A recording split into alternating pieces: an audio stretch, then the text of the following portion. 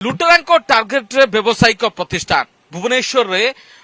मंचेश्वर थाना अधीनस्थ इंजणा छक निकटू एक मोबाइल दुकान रु लुटपाट कले दुर्बृत्त एवं सशस्त्र किभली डकायती करिसेंती तार घटना सामना को आसीची देखि पारुथुबे किभली भाबरे आजबेस्ट को कोणा करी दुकान भितर पशंती सिलिंग को ताड़ी दुकान भितर 12 लाख रु ऊर्ध्व टंकार मोबाइल फोन एवं अनेक आसेसोरीज मोबाइल आसेसोरीज नहीं छु मारी दुर्बृत्त से भली घटना एबे सामना को आसीची जेतेबेले कि मंचेश्वर थाना अधीनस्थ इंजणा एवं पटिया स्टेशन अधीन रे थिबा एई जो मोबाइल दुकान त्रिशा मोबाइल शॉप रु एभली कलाकना पलैछंती दुर्बृत्त आगे घटना जेतेबेले आपण देखिले सेतेबेले केमती जानिबा को पाइले कोन केमती लुटपाट हेछि बोली देखिले सर मुझे देखिल तो आश्चर्य होगी कौन एमती घटना घटी जोटा कि भितर सिलिंग गली पड़ी देखला बेलू आजबेस्ट भांगी सागे सागे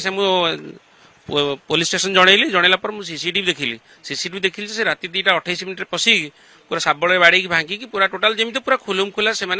सबू जिनस एमती से गोटे बड़ बस्तार भर्ती करके 45 मिनिट से रही भितर जोटा कि माने एत समय रही माने गोटे साहस बाहर गाड़ी भी जावास करुच्ची देखुली सीसीटीवी बाहर गाड़ी जावास करुच्ची दी जन साइड ठिया होती तापर भी माने एत साहस पाई नहीं जाइछंती। अच्छा गोटे कथा होची पुलिस इन्वेस्टिगेशन आसी करिछि साइंटिफिक आमे जेतेबेले पुलिस को इन्फॉर्म कलु आसीथिले मंचेश्वर आसीथिले से दिथर आसिले से माने कहया कथा से माने 10 रु 15 दिन टाइम देले ता भीतर से रिकवर करि देबे किंतु सर वर्तमान को प्रॉब्लम की जो मोर सेट 10-12 लाख जाइछि कस्टमर जो रिपेयरिंग सेट गुरा डेली आसी झमेला बाड़ मैंने बाड़ा बाड़ी करने लोक जाऊँ बाध्य दुकान को खोली भी होनी सर बर्तमान एमती सिचुएसन सर टीम आसते कौन प्रकार किसी ना केवल सारे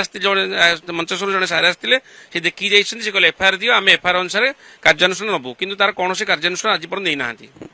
गोटे कथा होची पाखापाखि 10 दिन ऊर्ध बीती किंतु पुलिस एजावत अभियुक्त को धरबार सफल हो पार नहीं तेणु व्यवसायी मनरे एबे भी क्षोभ रही जे पुलिस इन्वेस्टिगेशन सत्य ना से अपराधी धरा पड़ुछंती ना तांको जिनस फेरी पाइबे कि नहीं कारण अनेक लोक जो मान रिपेयरिंग सेट अच्छी से आसी हट्टगोल हंगामा करुछंती जे एभली परिस्थिति रे व्यवसाय केमिति आगो को नेबे भुवनेश्वर कैमरा पर्सन महेंद्र तापस परिडा कलिंग टीवी।